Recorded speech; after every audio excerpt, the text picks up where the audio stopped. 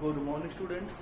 आज जो हम बात करने वाले हैं, आज मैं आपको बताने वाला हूँ, छोटे छोटे 2-3 टॉपिक्स रह गए थे हमारे कोऑर्डिनेशन कंपाउंड के अंदर। उन्हीं में से एक टॉपिक था जैसे कि crystal field splitting. Crystal field splitting in octahedral. Octahedral मैंने आपको करवा दिया था, पर मैं आपको tetrahedral complex.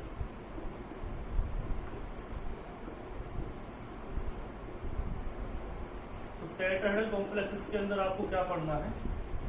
Crystal field splitting के बारे में पढ़ना है। किस तरह से स्प्लिटिंग होगी वो मैं आपको बताने वाला हूँ, और थोड़ा स्टेयर प्लेनर के बारे में बताऊंगा। ज़्यादा बड़े टॉपिक नहीं है, थोड़ी सी चीज़ें आपको समझानी है और उनके बेसिस पर आप चीज़ों को हैंडल करते हैं। देखिए, हम टेट्राहेड्रल कॉम्प्लेक्सेस की बात करते हैं तो उसके लिए जरूरी है टेट्राहेड्रल कॉम्प्लेक्सेस के लिए कि जो कंपाउंड आपको दे रखा है उस कंपाउंड का मैं एक डायग्राम आपके सामने बनाता हूँ, तो उससे आपको चीजें क्लियर हो जाएंगी कि भाई टेट्राहेड्रल कॉम्प्लेक्स में किस तरह की स्ट्रक्चर बनेगी।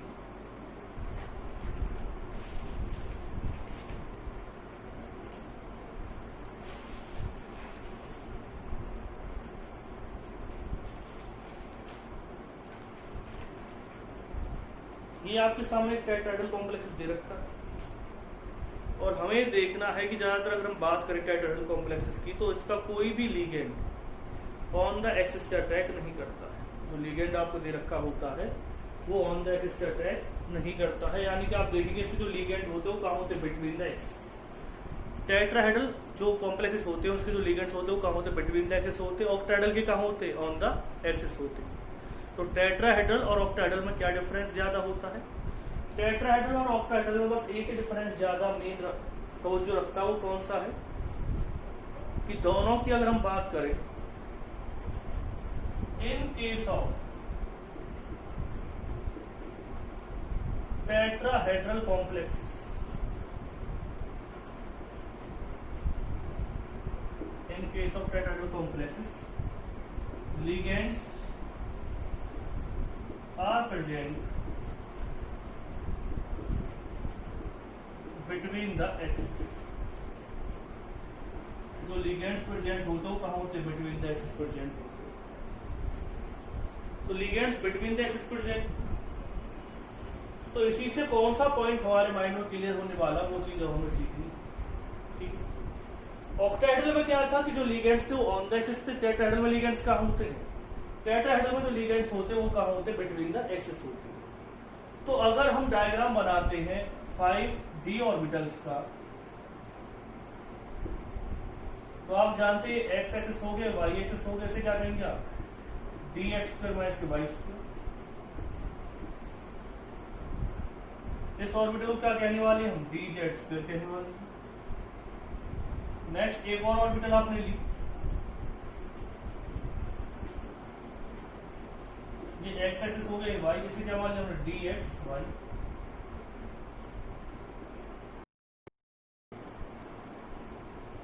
अगर हम एक्सिस चेंज कर देते हैं, एक्सिस चेंज का मतलब क्या है?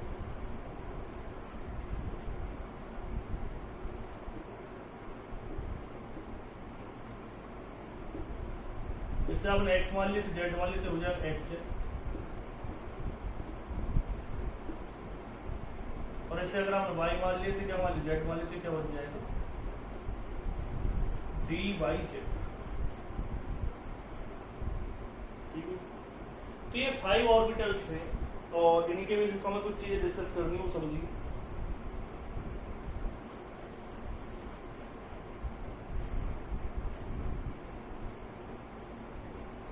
तो जो आपको ये 5 ऑर्बिटल्स दे रखी, तो इसमें कुछ पॉइंट्स हमें देखने हैं। पहला पॉइंट क्या है कि कितनी ऐसी ऑर्बिटल्स हैं जिनके लोब्स बिटवीन द एक्सिस आ गए। तो आप कहेंगे lobes of orbitals like dxy, dyz and dzx present between the axes. जो लोब्स होंगे ऑर्बिटल्स के लाइक dxy, dyz, dzx, वो कहाँ होंगे? Between the axis. जैसे आपको दे रखा है कहाँ? Between the axis. ये कहाँ दे रखा आपको? ऑन द एक्सिस दे रखती है। ये दोनों कहाँ दे रखे? On the axis. ये कहाँ दे रखे? बिटवीन द एक्सिस दे रखे। तो इसका मतलब क्या है कि 3 के लोब्स दे रखे बिटवीन द एक्सिस और 2 के लोब्स कहाँ दे रखे? On the axis. तो किसकी एनर्जी ज्यादा होगी? देखो पहले वाले केस को आप याद करेंगे, अगर ऑक्टाहेड्रल वाली वीडियो को अगर आप वॉच करेंगे तो वहां पे आपने देखा था कि जिनके लोब्स ऑन द एक्सिस होते थे उनकी एनर्जी क्या होती थी? ज्यादा होती थी। क्यों? वो मैंने आपको पहले बताया था, एक बार फिर मैं बता देता हूँ। इस बार केस थोड़ा उल्टा हो गया कि टेट्राहेड्रल के केस में जो लिगेंड है वो बिटवीन द एक्सिस से कहा करता है? अप्रोच करता है। तो लिगेंड आ रहा बिटवीन द एक्सिस। जब बिटवीन द एक्सिस लिगेंड आएगा, आप जानते हैं लिगेंड भी एक इलेक्ट्रॉन स्पीसीज होती है और जो आपको इलेक्ट्रॉन दे रखे होते हैं, मतलब लिगेंड में इलेक्ट्रॉन रिच है और ऑर्बिटल के अंदर भी तो क्या होते हैं? इलेक्ट्रॉन्स ही होते हैं। तो ये इलेक्ट्रॉन्स किसके साथ रिपल्शन करते हैं? ये सभी इलेक्ट्रॉन्स रिपल्शन करते हैं किसके साथ मिलकर के? लिगेंड के साथ मिलकर के। तो अब उन ऑर्बिटल्स की एनर्जी ज्यादा होगी जो बिटवीन द एक्सिस प्रेजेंट होंगी। उन ऑर्बिटल्स की एनर्जी ज्यादा नहीं होगी जो ऑन द एक्सिस होंगी। उनकी एनर्जी क्या हो जाएगी? कम हो जाएगी। तो लिगेंड तो कहां से आ रहा है? यहां से आ रहा है। लिगेंड ऑन द एक्सिस थोड़ी आ रहा है। तो जब लिगेंड यहां से आएगा तो इतना रिपल्शन नहीं होगा क्योंकि इनके लोब्स कहां है? ऑन द एक्सिस है। इसके भी लोब्स कहां है? ऑन द एक्सिस है। तो इसमें लिगेंड तो कहां से आ रहा है? यहां से आ रहा है। तो इसका मतलब ये हो गया कि जिन ऑर्बिटल्स के लोब्स ऑन द एक्सिस होते हैं उनके केस में जो टेट्राहेड्रल कॉम्प्लेक्स बनता है उनकी एनर्जी क्या हो जाती? कम। और ऑक्टाहेड्रल की एनर्जी क्या होती? सॉरी, उनकी एनर्जी ज्यादा होती है जिनके लोब्स कहाँ होते हैं? ऑन द एक्सिस ना होकर के बिटवीन द एक्सिस होते। तो ये आपने पॉइंट लिख लिया होगा। अब मैं आपको इसकी स्प्लिटिंग दिखा रहा हूँ कि किस तरह से स्प्लिटिंग होगी। किसकी? जो मैंने आपको कॉम्प्लेक्स लिख रखा है टेट्राहेड्रल कॉम्प्लेक्स की स्प्लिटिंग किस तरह से होगी।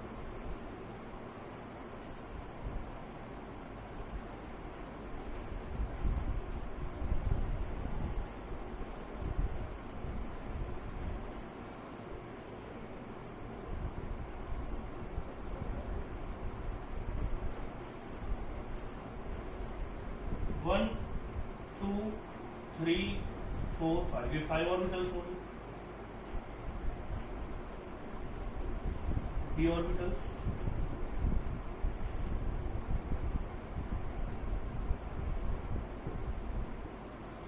इनकी एनर्जी क्या हो जाएगी? ज्यादा हो जाएगी।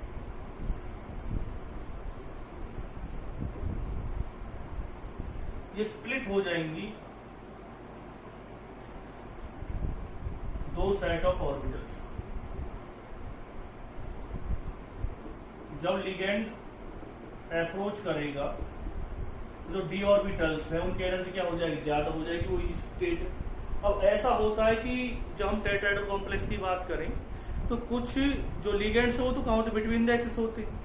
अब ऐसा होगा कि एक तरह से जो सेंट्रल मेटल एटम होगा उसकी तरफ जो लिगेंड है वो सिमेट्रिकली अप्रोच नहीं करते।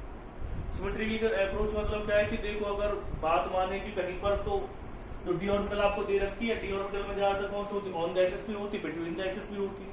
तो ऐसा होता है जिनकी बिटवीन द एक्सिस है लोब्स, तो वो ज्यादा रिपल्शन प्रोड्यूस करती हैं, ज्यादा एनर्जी हो जाती है उनकी टेट्राहेड्रल के केस में।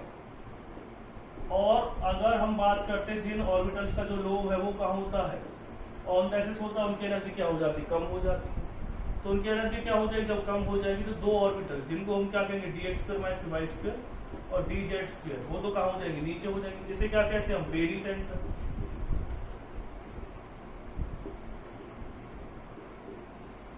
और जो 2-3 ऑर्बिटल ऐसी हैं जिनके लोब्स बिटवीन द एक्सिस है उनकी एनर्जी क्या हो जाएगी? इस बार ज्यादा हो जाएगी। पहले उल्टा था। इसे क्या कहते हैं? इसे कहते हैं T2 और इसका नाम क्या होता है? E। पहले वाले में T2 जीता, इसे क्या कहते हैं? T2 कहते हैं और इसे क्या कहते हैं? E कहते हैं। ठीक है, ये भी आप आगे पढ़ते हैं कि इसे T2G क्यों कहते हैं। मैंने बताया था मोलिकुलर सिंबल में आपको ये चीज समझ में आएगी। यहाँ की जो एनर्जी होगी वो कितनी होगी? माइनस के 0.6 डेल टी। इसकी जो एनर्जी हो जाएगी वो कितनी हो जाएगी? Positive 0.4 del T. क्यों लिखा है डेल टी? का मतलब क्या है? CFSC of A tetrahedral complex.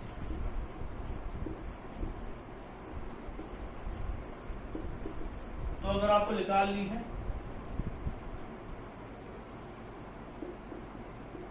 CFSC4 एक tetrahedral complex,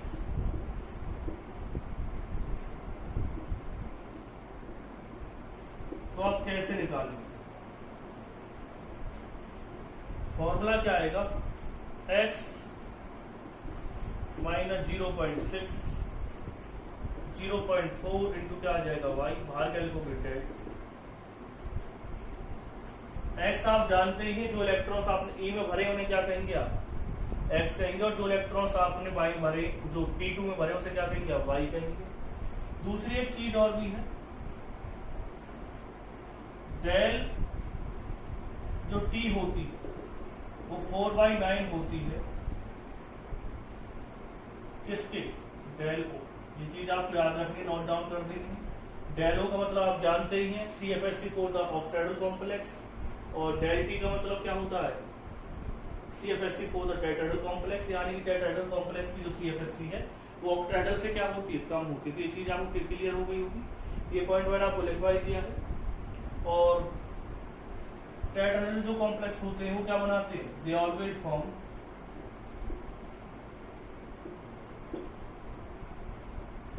high spin complex. ये हमेशा हाई स्पिन कॉम्प्लेक्स बनाते हैं, लो स्पिन कॉम्प्लेक्स बनाते ही नहीं। ये मैं आपको ऑलरेडी बता चुका हूं, तो इसे नोट डाउन कीजिए जल्दी से।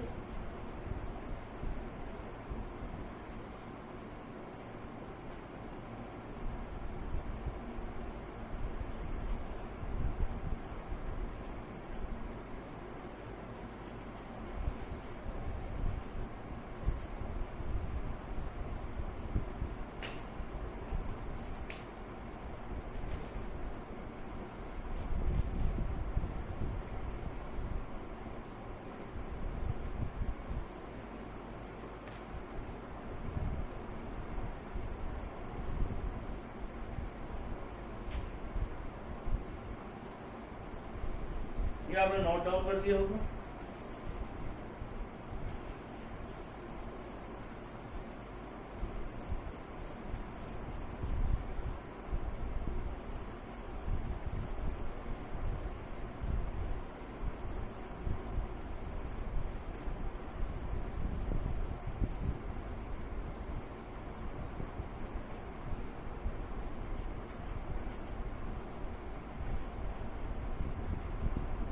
देखिए इसमें आगे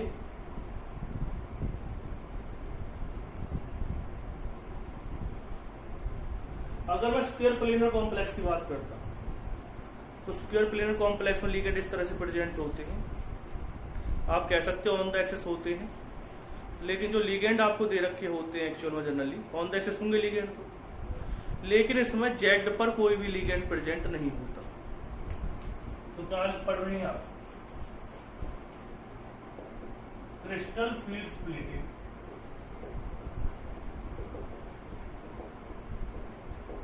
इन स्क्वायर प्लेनर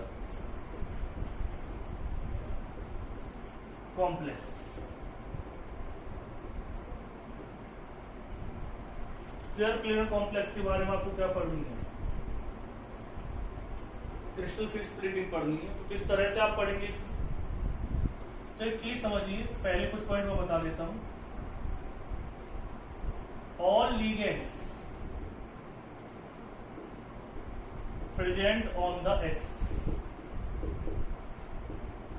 जो ligands होते हैं वो कहां पे रहेंगे? ऑन द एक्सिस पे रहेंगे। No ligand present on z axis, ठीक है, कोई भी ligand present नहीं होता कहां पर? z axis। तो इसकी क्रिस्टल फील्ड स्प्लिटिंग की अगर हम बात करते हैं,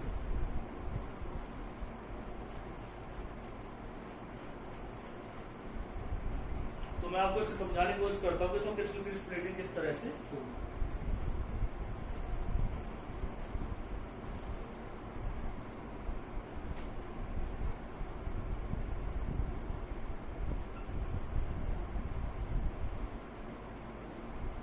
तो ये कौन सी वही ले लिया आपने? डी ऑर्बिटल ले।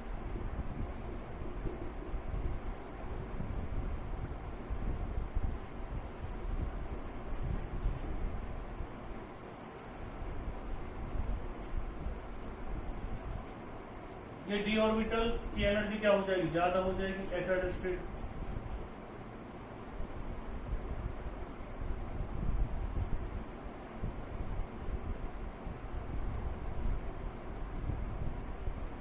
फिर आपने पढ़ रखा है ऑक्टाहेड्रल के केस में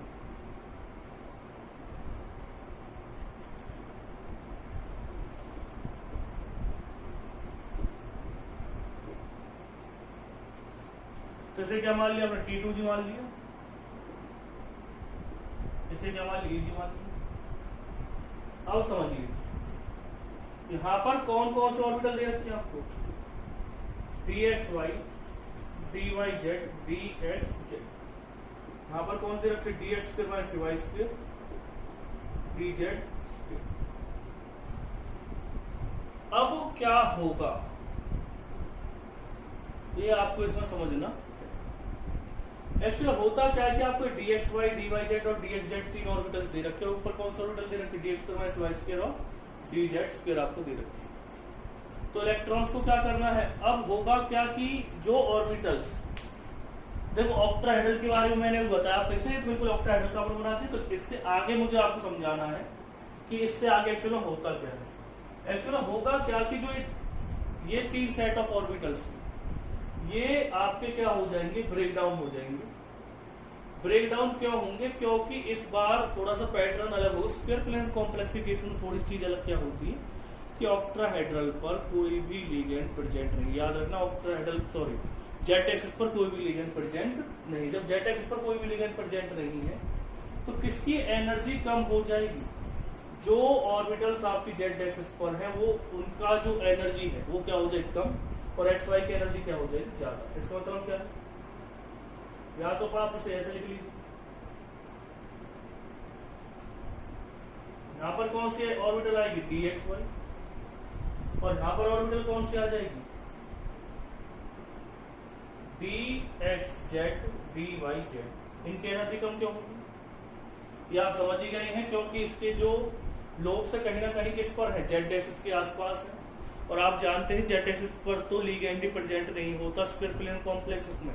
तो स्क्वायर प्लेन कॉम्प्लेक्स में जेड एक्सिस पर कोई लिगेंड प्रेजेंट नहीं है, तो रिपल्शन किसके बीच में होगा, भाई ऑर्बिटल के बीच में होता, लिगेंड के बीच में होता। जब लिगेंड ही नहीं है तो रिपल्शन क्या हो जाएगा, मिनिमम हो जाएगा, और इस वजह से इसकी एनर्जी क्या हो जाएगी, जिन पर जेड एक्सिस आ रहा है उनकी एनर्जी क्या हो जाएगी, कम, और डी एक्स वाई जो एक्स और वाई एक्सिस पर उनकी एनर्जी जेड वाले कंपेयर में क्या होगी, ज्यादा। ऐसे ही जो T2 जो Eg ऑर्बिटल आपको दे रखे वो भी क्या हो जाएगी, ब्रेक डाउन हो जाएगी। ठीक है, ब्रेक डाउन हो जाएगी। आप जानते हो ऊपर कौन सी ऑर्बिटल आएगी, D X square minus Y square आएगा, और नीचे कौन सी ऑर्बिटल आ जाएगी, डी जेड स्क्वायर। आपको पता चल गया होगा डी जेड स्क्वायर नीचे क्यों आई है, क्योंकि जेड एक्सिस पर ही है इसके क्या, इसके जो लोब्स आपको दे रखे हैं वो कहां पे दे रखे, सॉरी लोब्स किसको होंगे, जेड एक्सिस पर होंगे, लेकिन लिगेंड तो जेड एक्सिस से अप्रोच ही नहीं करता, तो इसकी एनर्जी क्या हो जाएगी, सबसे कम रहेगी। बाकी इसके बारे में ज्यादा चीजें हमें समझने की जरूरत नहीं होती, इतना ही पूछा जाता है, चाहे एंट्रेंस लेवल की बात कर रहे हैं आप, चाहे मेंस लेवल की बात कर रहे हैं, चाहे आप नीट लेवल की बात कर रहे हैं, चाहे 12th लेवल की बात कर रहे हैं, तो इन्हीं चीजों को आपसे पूछा जाता है। वो मैंने आपके सामने लिख दिया कि किस तरह से ऑर्बिटल स्प्लिट क्यों हो जाती है, क्योंकि जो लोब्स आपको दे रखा है वो जेड एक्सिस पर प्रेजेंट रहेगा, सॉरी लोब्स, हाँ ऑर्बिटल का लोब जेड एक्सिस पर रहेगा, लेकिन वहां पर तो कोई क्या नहीं आता, लिगेंड आता ही नहीं है, सीधी सी बात एनर्जी क्या हो जाएगी, कम हो जाएगी। डी एक्स वाई की एनर्जी ज्यादा क्यों रहेगी, क्योंकि उसके लोब्स क्या होते हैं, एक्स और वाई एक्सिस के बीच में होंगे, तो वहां पे कहीं ना कहीं उसे रिपल्शन मिलेगा किससे, जो लिगेंड एक्स और वाई एक्सिस से आएंगे। तो इसे आप नोट डाउन कर लीजिए जल्दी से जल्दी।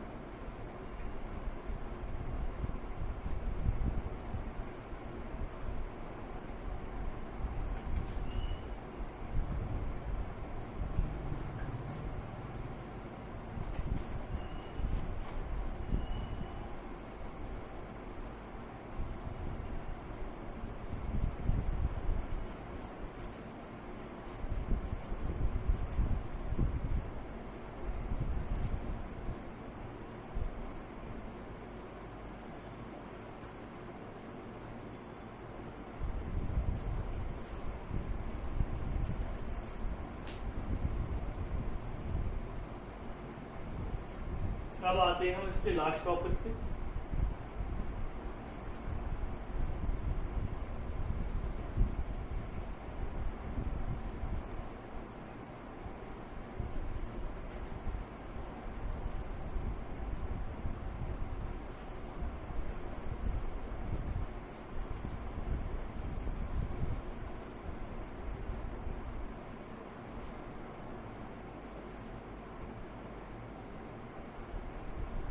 ओवरऑल स्टेबिलिटी कांस्टेंट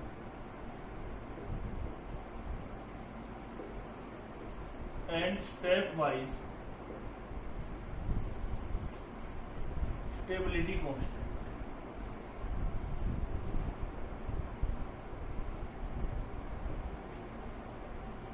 आपको दोनों के बारे में पढ़ना है, ओवरऑल स्टेबिलिटी कांस्टेंट के बारे में पढ़ना है, स्टेप बाय स्टेबिलिटी कांस्टेंट के बारे में जब पढ़ना है।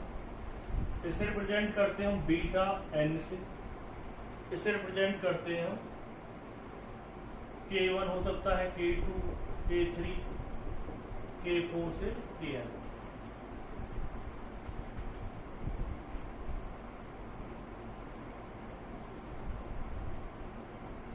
तो देखिए इसमें क्या होगा।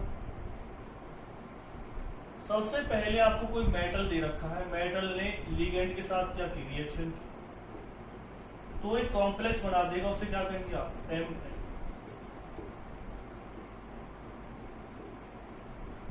अगर आपने इक्विलिब्रियम पढ़ रखी हो तो वहां पर आपने क्या पढ़ रखा होगा कि अगर आप इस वैल्यू निकालते तो जो कंसंट्रेशन राइट हैंड साइड में होती है वो कहाँ आएगी, प्रोडक्ट साइड होते वो ऊपर आएगी, और जो रिएक्टेंट साइड में होते वो कहाँ आएगी, नीचे आएगी। तो इसके लिए K1 की वैल्यू आपने लिखी। अब क्या होगा, Ml ये किसके साथ रिएक्शन करेगा, फिर से एक L के साथ रिएक्ट कर रहा है, क्या बना देगा, Ml2।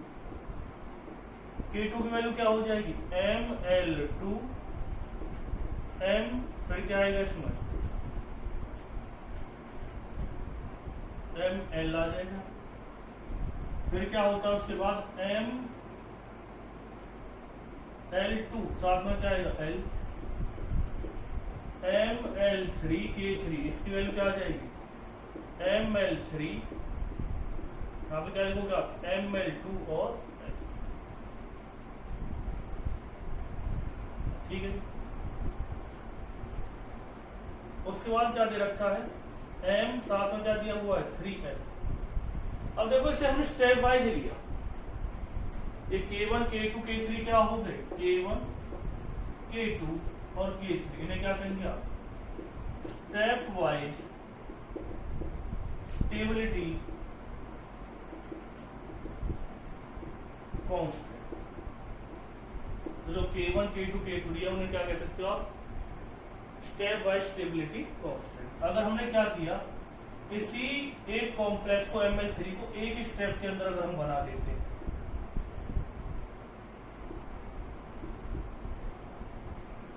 इसे कहेंगे हम β3, क्योंकि आपने जो लिगेंड ली होंगी कितनी ली, 3। अगर आप n नंबर ऑफ लिगेंड लिखते तो उसे क्या लिख सकते थे, Bn। तो क्या आ जाएगा, Ml3 M। आपने एक चीज पढ़ी होगी जो इक्विलिब्रियम होता है, इक्विलिब्रियम में कि जो L दे रखा आपको, L की पावर क्या आ जाएगी, इसमें 3 आ जाएगी। क्यों आएगी L की पावर, वो इसलिए आएगी क्योंकि इसका कोएफिशिएंट क्या दे रखा, 3, और अब जब इक्विलिब्रियम पढ़ते हैं तो इसकी पावर क्या हो जाएगी, 3 हो जाती है। तो आएगी जो इसका कोएफिशिएंट होता है वो इसकी पावर में चला जाता है। तो ये आपने लिख लिया होगा। अब इनमें रिलेशन निकालना है। B3 क्या है इसमें, B3 है इसमें ओवरऑल स्टेबिलिटी कांस्टेंट।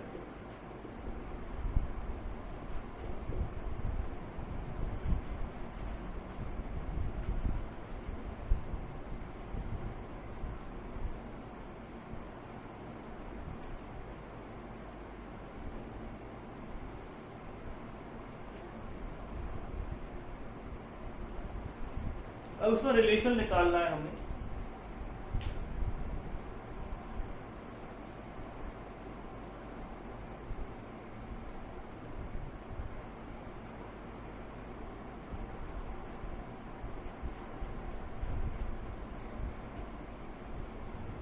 रिलेशन कैसे निकालेंगे, देखिए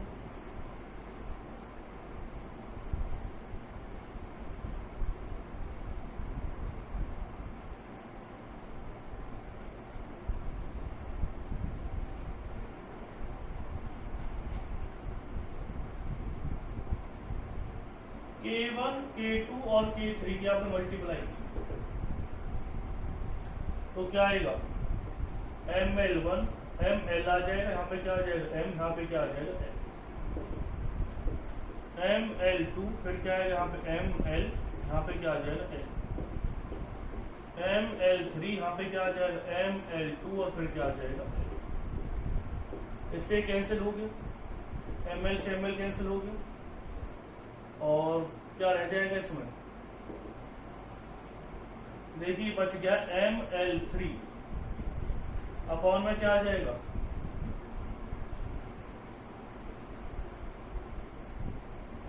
अपॉन में आएगा M L की पावर 3। अब दिख भी रहा होगा, तो K1 into K2 into K3, इस इक्वेशन क्या मान लो फर्स्ट, इस इक्वेशन क्या मान लो सेकंड। तो from equation first and second, equation first और सेकंड से क्या पता चलेगा आपको कि K1 into K2 into K3 किसके बराबर हो रहा है, B3। आप देख लेना, और अगर आप इसे ऐसे लिखना चाहें BN इक्वल टू क्या आ जाएगा, K1 into K2 into K3 so on, कहां से चला जाएगा KN।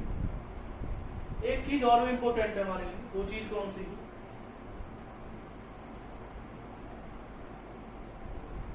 ये पता चल गया होगा BN तक कैसे हो गए।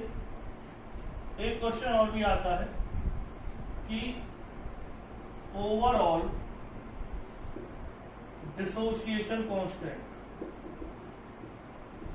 वो किसके बराबर होता है,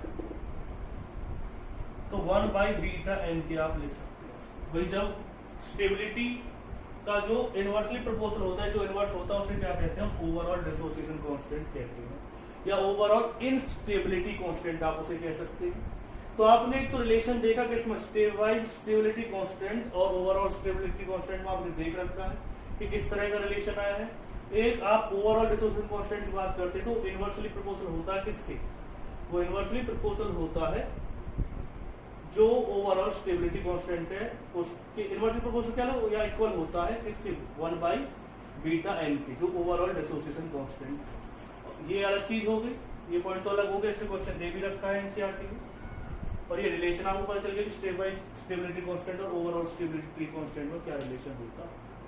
तो इसे लिख लें, ये आपका जो चैप्टर है मेरी तरफ से क्या हो चुका, फिनिश हो चुका है। आप एनसीईआरटी क्वेश्चन इसके करके देखें तो आप मोस्टली क्वेश्चन हो जाएंगे, और अगर आप इंटरेस्ट लेवल पे करके देखेंगे